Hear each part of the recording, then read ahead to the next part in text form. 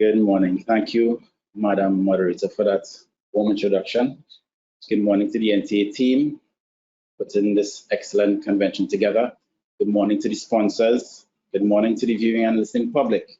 I understand we have an audience all around the world. Welcome. Thank you for having me here. My role here this morning at this convention would be to inspire you a little bit into the world of entrepreneurship. And how I'm going to do this, I'm just going to go through three stories giving you the journey through three lenses of an entrepreneur.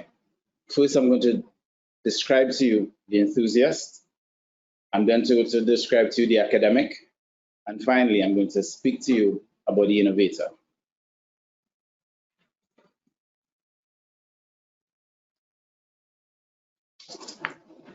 So follow me as I describe to you a specific individual.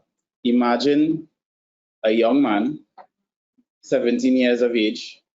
He's the eldest male amongst 6 siblings. He is all of a sudden voluntold to start a roadside mini mart with a very bare minimum. I'm talking about just a crate of bananas.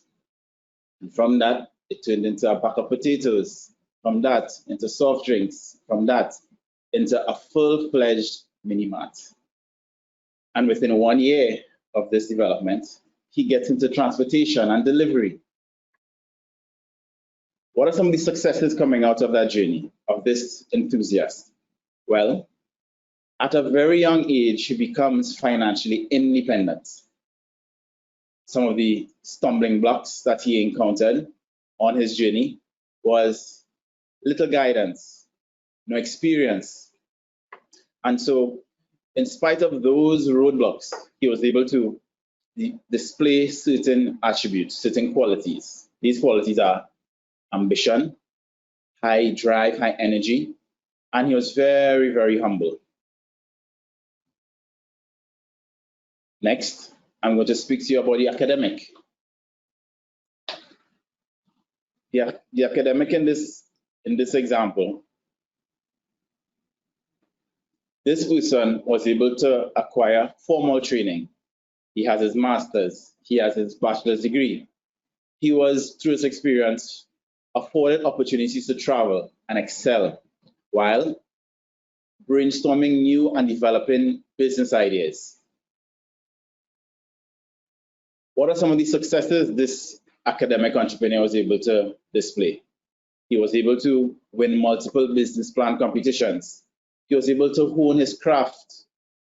He was able to do proposal writing. He was able to document things well and able to teach and facilitate.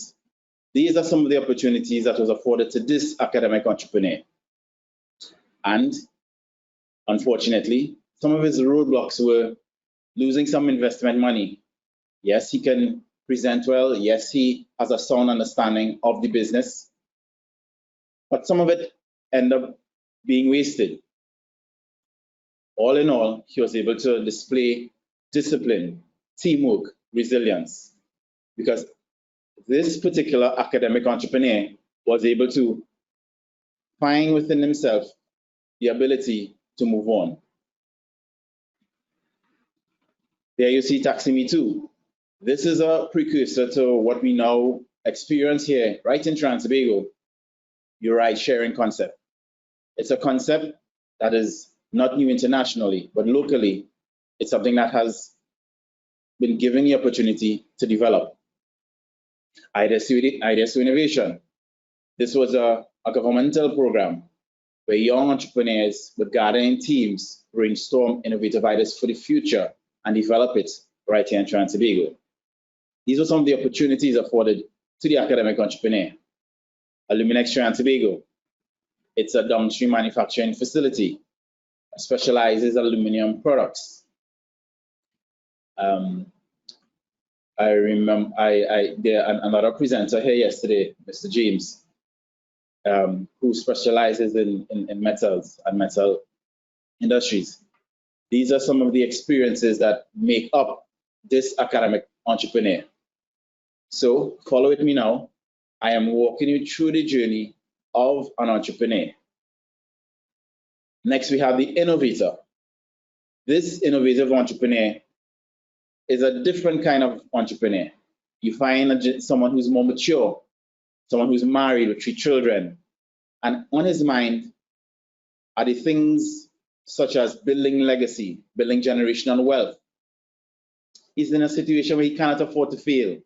He's building key partnerships, of course, with his wife, other professionals in the industry, legal, administrative. Here you find this specific entrepreneur adulting. He's doing things that mature entrepreneurs do. Coming out of that, he finds himself succeeding in launching the Susu Savvy app. It's an app, just as the last presenter said, that takes traditional activities and digitize it for the modern world. He's able to acquire international accreditation, again, focusing on this journey. Some of the roadblocks he experienced in this journey, gaps in the local fintech space. Here in Trinidad and Tobago, we find that it's a space where it's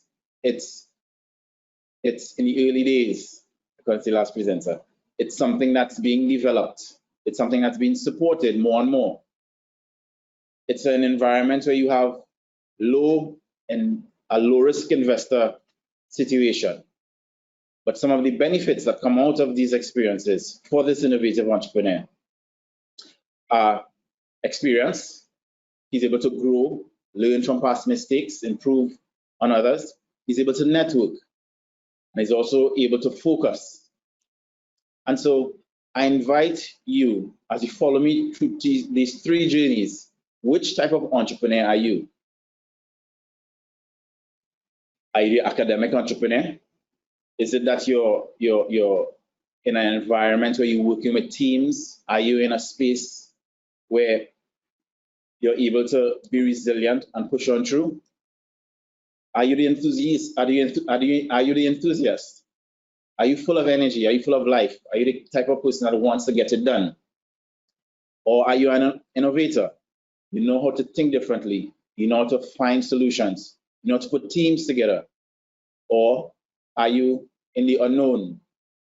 You see, COVID-19 has put a lot of businesses into this unknown.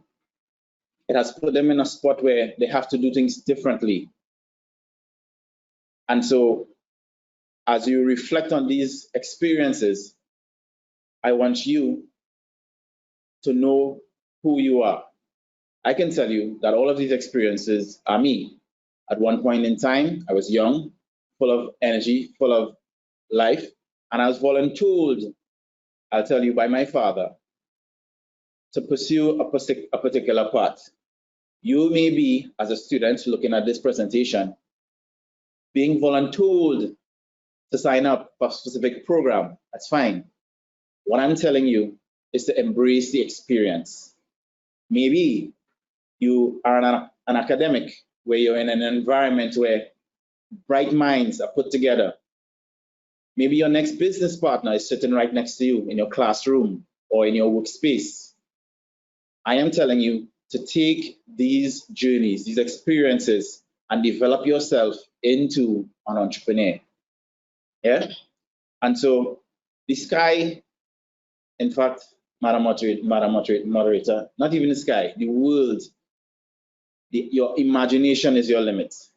Here we see in Trinidad and Tobago, we have talent and capabilities that puts us on world rankings. Look at how we've handled the pandemic. Look at how some of our athletes perform in world and international stages. So we have what it takes to innovate. We have what it takes to address the unknown. All right, and so what I want to spend some time on here is to tell you the how. Another person says, oh, okay, that's a fantastic dream. That's a fantastic ambition. But how do I do it, Gabriel? how do I get it done? And so I've prepared for you this slide, very important. I'm going to have it available for those who are interested. How do I make my innovative idea? How do I take my journey and my experiences and produce something tangible, something that's a business? Well, I will tell you, the first item is to participate. I want you to look at the diagram from the bottom up. First, your foundation is that you need to participate. You need to have a mindset that's research and development oriented. You need to be asking questions. You need to look for different pain points in your customer. You need to do a little bit of brainstorming. And of course, you need to rely on the strengths of your team. Next, you need to develop a proof of concept, maybe a prototype, maybe a proof of business, where you test the market readiness of your product and the market acceptance of your product. You communicate these things quickly. You want to get as much iterations out as possible. Ms. McIntyre can tell you, when you are doing a mobile app, for example, even the biggest companies have bugs to fix and do over, but that's fine. You need to participate and produce some sort of tangible prototype for your market. Maybe even a business plan, all right? And then finally, you need to scale your product. Find ways and means, use digital technology to scale your product, to democratize your product in some way. Expand it in phases if you have to. Use digital products, digital tools that are out there to enhance your product or service. And of course, implementation. Quickly implement, quickly scale, and this is how you participate as an entrepreneur in the digital environment. And so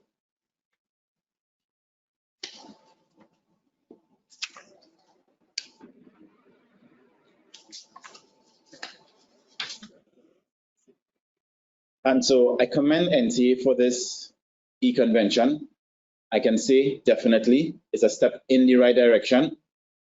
And I want you, the listening audience, the viewing audience, I want you to identify where you are in your journey and use that to propel you forward as an entrepreneur.